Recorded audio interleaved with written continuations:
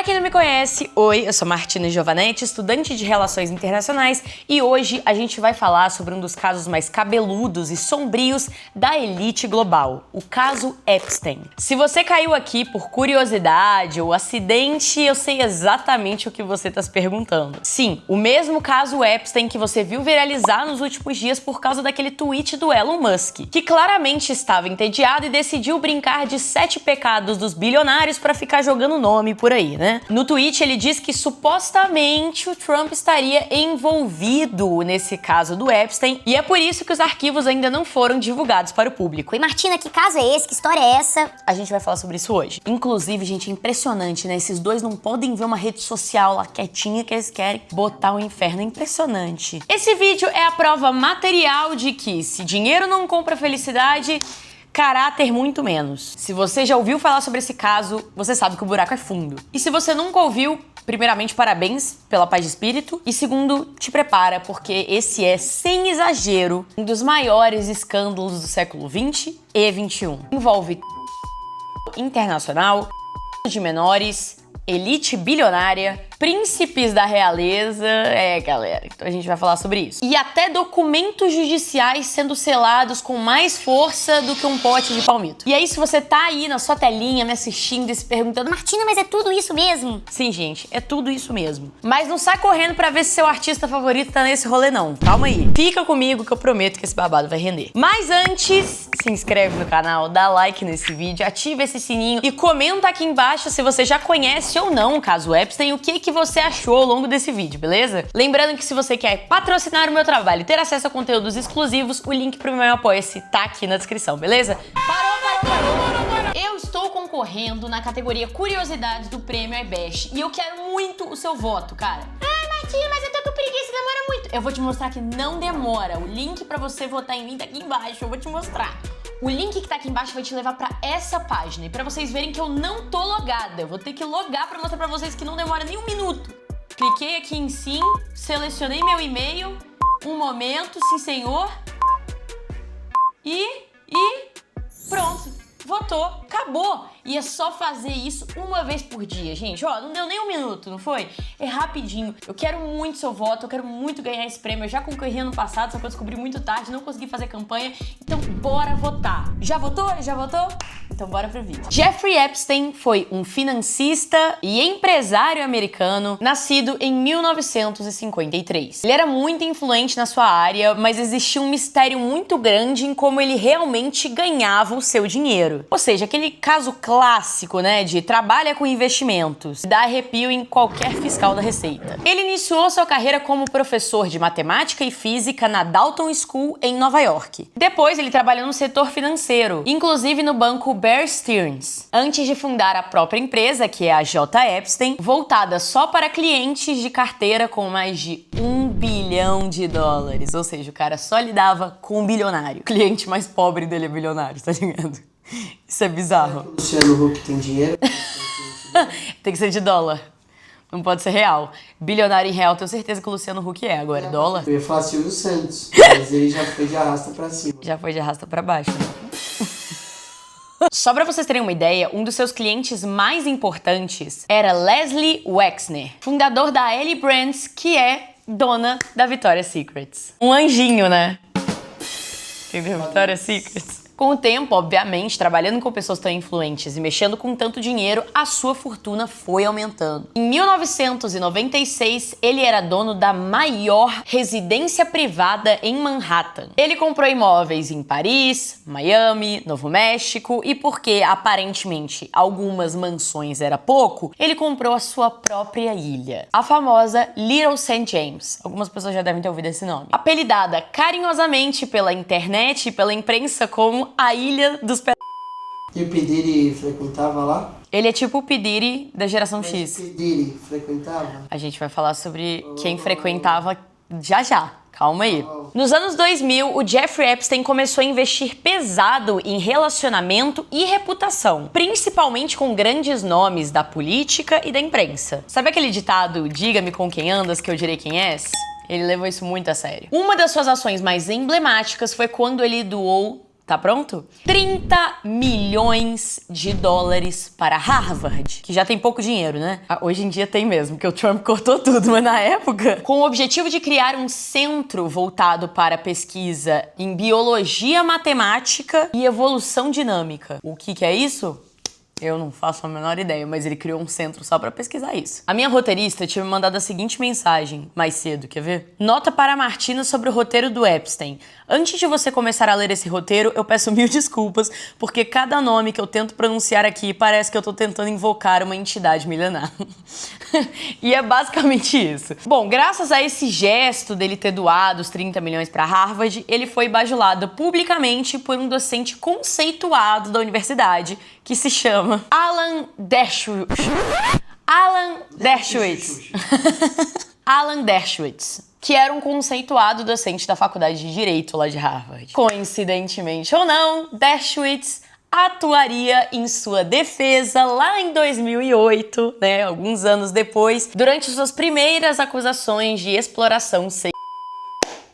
Um querido, né? Mas línguas dizem que, obviamente, esse investimento que ele teria feito não foi só filântropo, né? Foi uma tentativa de estruturar a sua imagem como uma pessoa a ser confiada e uma pessoa a ser defendida nesses meios acadêmicos e políticos. E quando eu falei das conexões dele, gente, é só gente discretinha, tá? Bill Clinton, Donald Trump, Príncipe Andrew. Luciano Huck.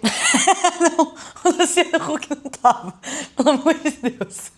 Pior é que eu acho que não tem nenhum brasileiro na lista. O Trump, por exemplo, em 2002, chamou o Epstein de um cara incrível. E disse que ele gostava de mulheres jovens. Quão jovem? Ele não especificou. Anos depois, em 2019, quando o caso veio à tona assim com tudo, o circo tava pegando fogo, o Trump tentou se afastar do Epstein de forma pública, né? Obviamente. E afirmou que conhecia ele apenas superficialmente, como qualquer outra pessoa que vinha de Palm Beach. E que os dois teriam se desentendido cerca de 15 anos antes. E desde então, não mantinham nenhum contato. E o Trump fez questão, lá em 2019, de repetir diversas vezes: Não sou fã dele. O que vocês precisam saber, galera, é que o Epstein, ele ficou conhecido por esse estilo de vida luxuoso, por suas conexões na elite política, na elite empresarial, além de, é claro, contar com uma grande fortuna, que sempre traz muita curiosidade das pessoas, né? Ele frequentava círculos sociais de alto prestígio, né? Como celebridades, políticos, acadêmicos. E isso só contribuiu ainda mais para ele construir essa fama e poder. Então, mano, ele era um cara muito famoso.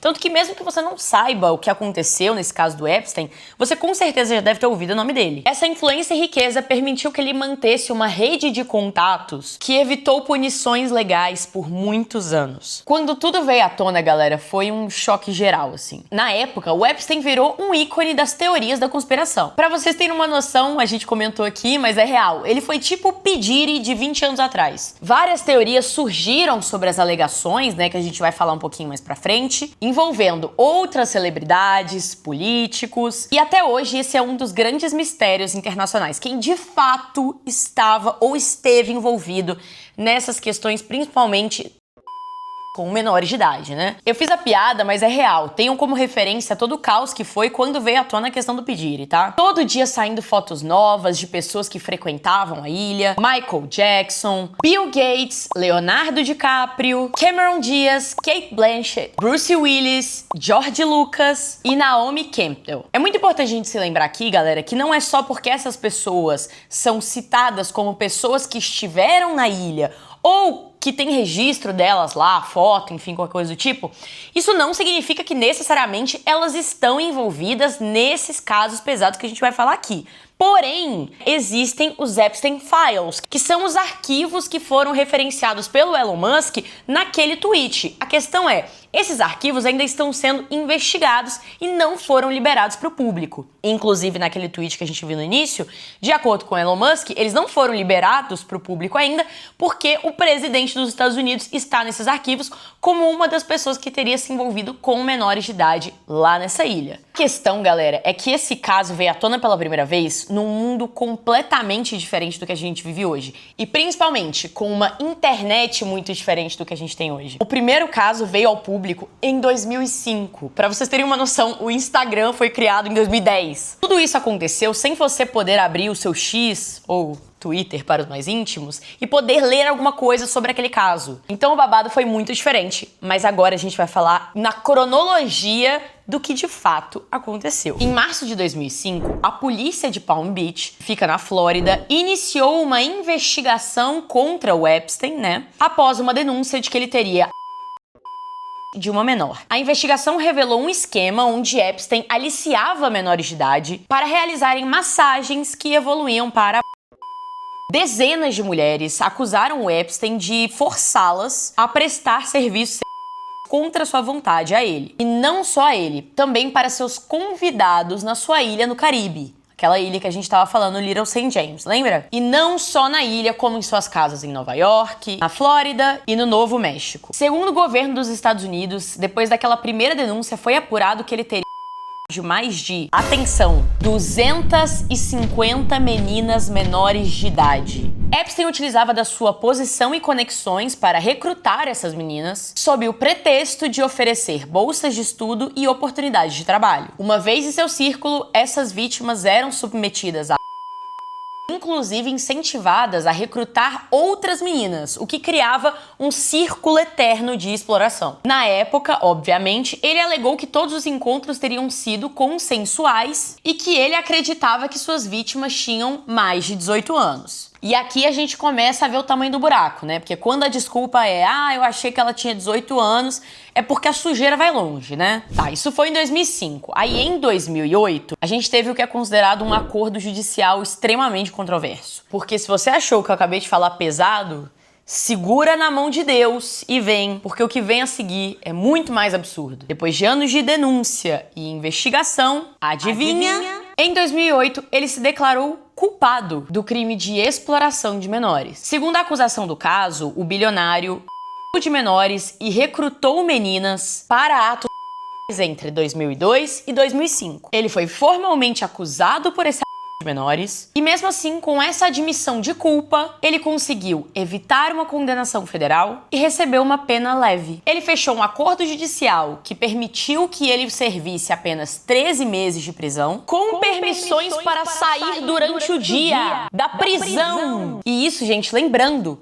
com mais de 250 vítimas. Esse acordo impediu que as suas vítimas fossem ouvidas durante o processo. Então elas nunca testemunharam e nem foram ouvidas com relação ao que aconteceu com elas. A gente nem sabe esses testemunhos. Até hoje, isso obviamente gera críticas por ser considerado extremamente indulgente e influenciado por aquelas conexões poderosas que o Epstein tinha, que eu falei pra vocês mais cedo. E aí a gente dá um salto dessa história. Claro, essa história ela não sumiu. Como eu disse pra vocês, depois da primeira acusação, né, o Epstein ele virou assim um grande personagem das teorias das conspirações, de quem estaria nessa ilha, quem ajudava ele, quem eram essas conexões. Só que em julho de 2019, o Epstein foi preso novamente por acusações agora federais de menores. Em fevereiro de 2019, um juiz distrital da Flórida alegou que o acordo prévio, aquele feito em 2008, era ilegal. Em julho do mesmo ano, ele foi preso e criminalmente acusado por abuso de menores e por operar em uma rede de exploração.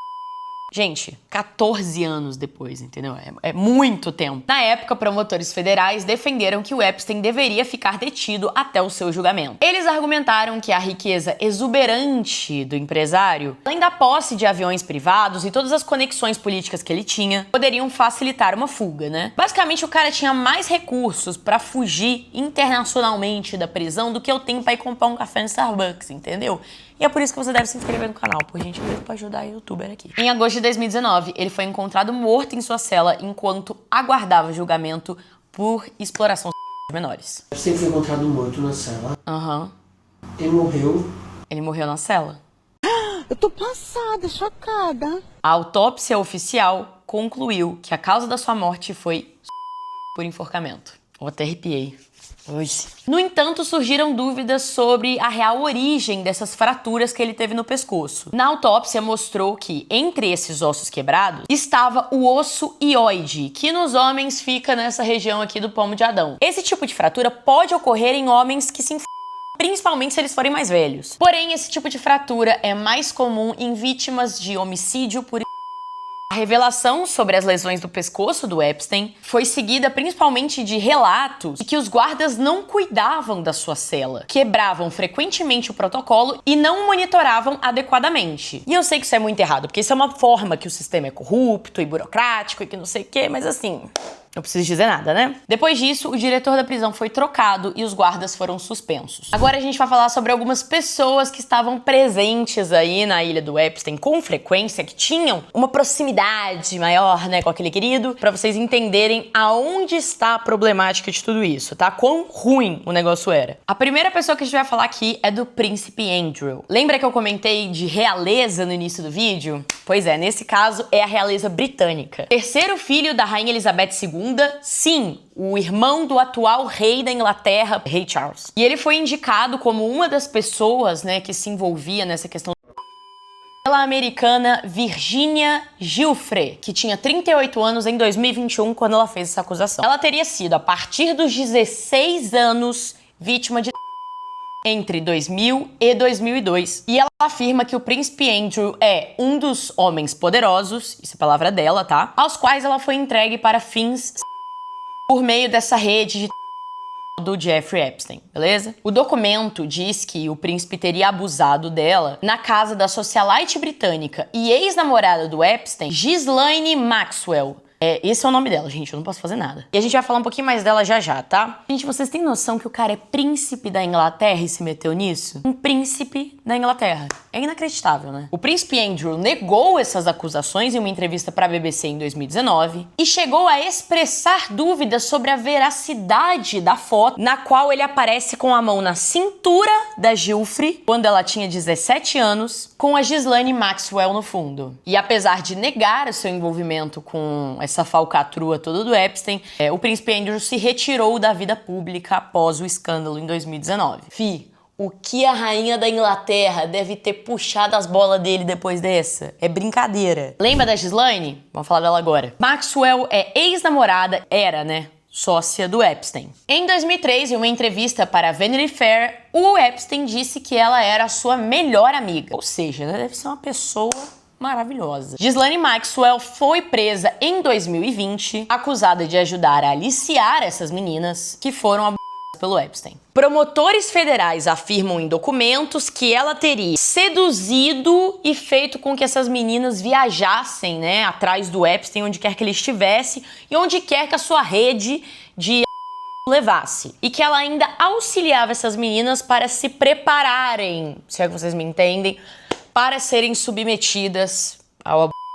Gente, desculpa se esse vídeo ficar com muito pi, muito não sei o quê, mas é porque eu não posso falar essas palavras aqui no YouTube, porque senão eu vou ser banida da plataforma. Mas eu quero passar esse caso pra vocês porque ele é muito escandaloso e ele é muito importante, até pra vocês entenderem essa fofoca toda entre Trump e Musk, beleza? A Maxwell estava ciente da preferência do Epstein por meninas menores de idade, e não é só isso não, tá? Ela premiava com mais dinheiro as garotas vulneráveis que trouxessem mais garotas vulneráveis pra dentro dessa teia de falcatrua. As adolescentes vítimas geralmente vinham de um contexto muito fragilizado, né? Famílias desestruturadas, falência, abuso de substâncias, enfim, o que vocês pensarem. E mesmo quando o histórico delas não era esse, né? A Maxwell, ela seduzia essas meninas com amizade, presentes e promessas de ajudá-las, especificamente nas áreas de carreira e estudo, que a gente sabe que é uma área frágil pra muita gente, né? É muito podre, velho. Durante o julgamento, os jurados ouviram o testemunho de 4 mulheres, 2 das quais disseram ter 14 anos quando entraram nessa rede de abuso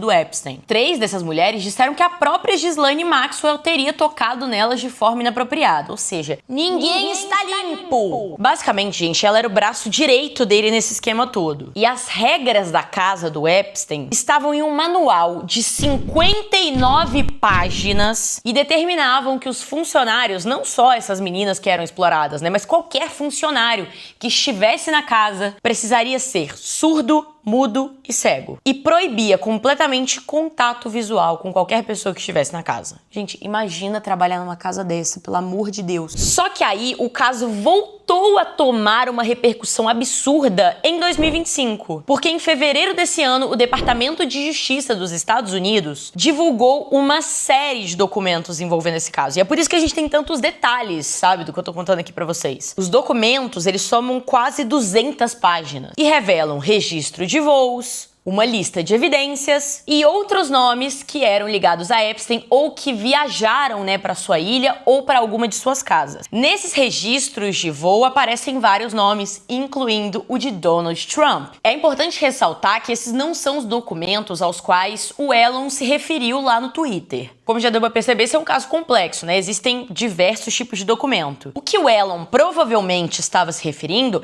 era, de fato, a lista de clientes que pagaram para ter acesso a esses serviços com menores de idade que o Epstein proporcionava, para essa galera boa demais. E supostamente, de acordo com o Elon, o Trump estaria nessa lista. O que, pra mim, pelo menos, deveria chocar um total de 0 pessoas, até porque essa não é a primeira vez que o Trump é acusado de aliciar menores de idade, E o que acontece é que, apesar dessas 200 páginas terem sido publicadas pelo Departamento de Defesa, a gente não teve acesso a grande parte dos documentos. E supostamente no tweet do Elon é porque o Trump está nesses documentos. Nessa lista de documentos que foi, enfim, divulgada para o público, estão listadas uma série de itens apreendidos que serviram como prova, para poder fechar esse caso. A apreensão de câmeras, computadores, fotos de mulheres, documentos, mídias eletrônicas, e cada item é uma pista concreta do que pode ter acontecido, mas principalmente de quem estava envolvido. O caso segue aberto, tá, gente? Mais episódios como esse do tweet, e tudo mais, eles seguem quebrando esse silêncio que protegeu os envolvidos por tanto tempo. As investigações continuam avançando e a expectativa é que, aos poucos, documentos e evidências sejam tornados públicos. E é isso aí, galera. Esse foi um resumo do caso Epstein. Eu deixei alguns detalhes muito explícitos de lado.